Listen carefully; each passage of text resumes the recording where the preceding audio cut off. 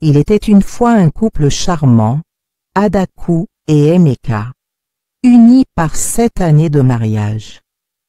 Malgré leur amour sincère et leurs efforts constants, ils n'avaient pas réussi à avoir d'enfants. Cette absence creusait un vide douloureux dans leur vie, d'autant plus que leurs beaux-parents, impatients, ne cessaient de leur mettre la pression. Pourtant, Adaku et Emeka restaient soudés, se promettant de s'aimer envers et contre tout. Après de longues réflexions et discussions, ils prirent la décision de donner leur amour à un enfant déjà présent dans ce monde. Leur choix se porta sur une fillette douce et pleine de vie, Damilola. Cette petite fille de 6 ans, née avec un handicap moteur, ne pouvait pas marcher et se déplaçait en fauteuil roulant. Mais sa joie contagieuse et son sourire radieux illuminèrent immédiatement le cœur d'Adaku et Emeka.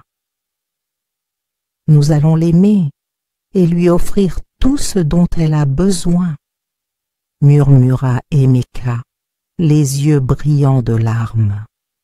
Adaku hocha la tête, consciente que cette adoption était leur nouveau départ vers le bonheur. Damilola entra dans leur vie comme un rayon de soleil. Ils l'inscrivirent dans la meilleure école et engagèrent une aide personnelle pour l'assister au quotidien. Chaque soir, Adaku et Emeka lui racontèrent des histoires, enveloppant la maison de rires et de tendres câlins. Ils fêtaient ses anniversaires avec des gâteaux colorés, des cadeaux et des ballons, et emmenait souvent Damilola jouer au parc avec d'autres enfants.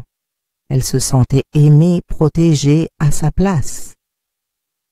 Puis, un miracle survint. Adaku découvrit qu'elle était enfin enceinte. La joie se répandit dans toute la famille. Le bébé tant attendu venait combler leur cœur. Lorsque la petite fille naquit, en parfaite santé, le bonheur semblait total. Mais peu à peu, l'attention d'Adaku et Emeka se concentra sur le nouveau-né. Damilola, qui auparavant recevait tout leur amour, ressentit une distance grandissante. Les histoires du soir s'espacèrent, les sorties se firent rares. Même si elle comprenait que le bébé nécessitait des soins particuliers, elle se sentait oubliée, isolée. Elle essayait d'être une grande sœur exemplaire, souriante, cherchant à jouer avec le bébé, mais Adaku et Emeka la tenaient à l'écart, trop prudents, presque inquiets. Cela blessait Damilola profondément.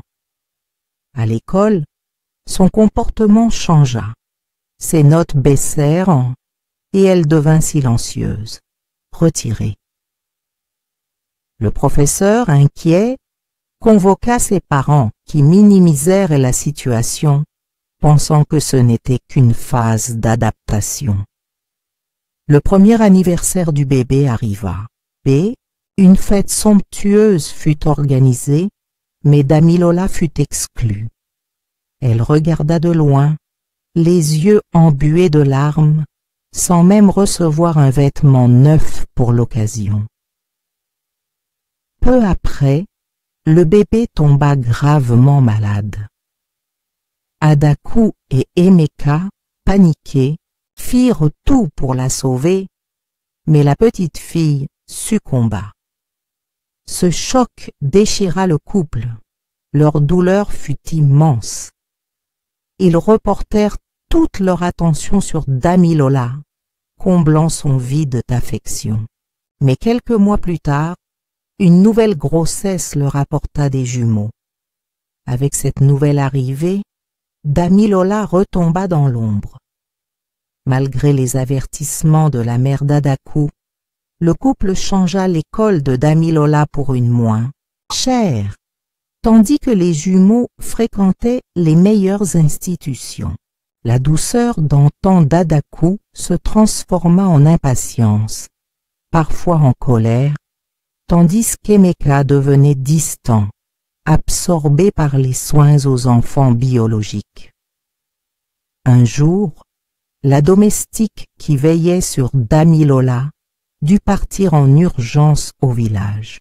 Sans prévoir de remplacement, Adaku et Emeka partirent en vacances avec les jumeaux, laissant la fillette de 8 ans seule, vulnérable. Elle manquait de nourriture, d'eau, ne pouvait se déplacer ni appeler à l'aide.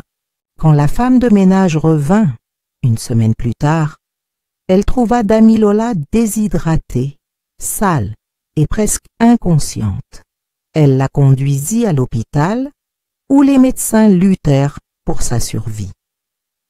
La domestique contacta l'agence d'adoption, qui fut horrifiée par la négligence. Ils prirent en charge les frais médicaux et engagèrent des poursuites légales contre Adaku et Emeka, qui perdirent à la garde de Damilola et furent lourdement sanctionnés.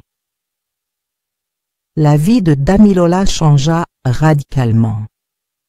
Placée dans une nouvelle famille, aimante les Chidi, elle reçut enfin l'amour et le soin qu'elle méritait.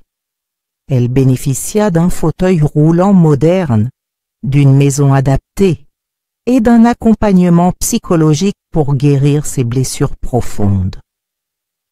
De leur côté, Adaku et Emeka sombrèrent dans le désespoir. Leur maison autrefois joyeuse devint un lieu de deuil. Adaku, hantée par la perte de ses enfants, sombra dans la folie. Elle était tourmentée par des voix et des visions. Emeka, brisée, sombra dans l'alcool. Un jour, la mère d'Adaku vint leur rendre visite. Elle les supplia d'avancer, de trouver la paix, rappelant la douleur infligée à Damilola. Mais le mal semblait trop profond. Puis une nuit, une étrange visite bouleversa Adaku. Une vieille femme au regard glacial lui apparut, lui rappelant la souffrance qu'elle avait causée. Terrifiée, Adaku fit un cauchemar intense où les pleurs de Damilola et le rire de ses enfants disparus la hantaient. Pendant ce temps, Damilola entendit parler à la télévision de l'histoire tragique de sa propre famille, comprenant à quel point elle avait été maltraitée. Un jour, Emeka, poussé par un vieil ami, décida qu'il était temps de faire face à la vérité. Il persuada Adaku d'aller demander pardon à Damilola. Ils se rendirent chez les Chidi anxieux. Madame Chidi leur expliqua que Damilola était forte, mais que le pardon lui appartenait. Après un moment, Damilola apparut, plus mature, sereine. « Nous sommes venus pour te demander pardon, dit Emeka, la voix tremblante. Nous savons que nous t'avons blessé, et chaque jour, nous vivons avec ce poids. Nous ne méritons peut-être pas ton pardon, mais nous avions besoin de te le dire. » Et Damilola, après un long silence, répondit doucement. « Ce que vous m'avez fait a été douloureux, mais j'ai appris que m'accrocher à cette douleur ne m'aidera pas. Je suis heureuse, ici, entourée de gens qui m'aiment. Je vous pardonne. » Ils restèrent là quelques instants, le cœur apaisé. Ce jour-là, ils firent le premier pas vers une paix longtemps attendue. De retour dans leur ville, Adaku et Emeka entreprirent de reconstruire leur vie. Ils cherchèrent une thérapie, s'engagèrent dans des actions de bénévolat, aidant des enfants abandonnés. Leur richesse ne pouvait effacer le passé, mais ils pouvaient désormais œuvrer pour un futur meilleur.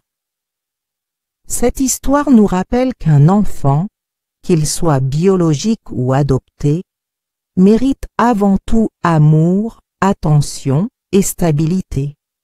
Si cette histoire vous a touché, partagez-la, commentez-la. Et souvenez-vous que chaque acte de compassion peut changer une vie.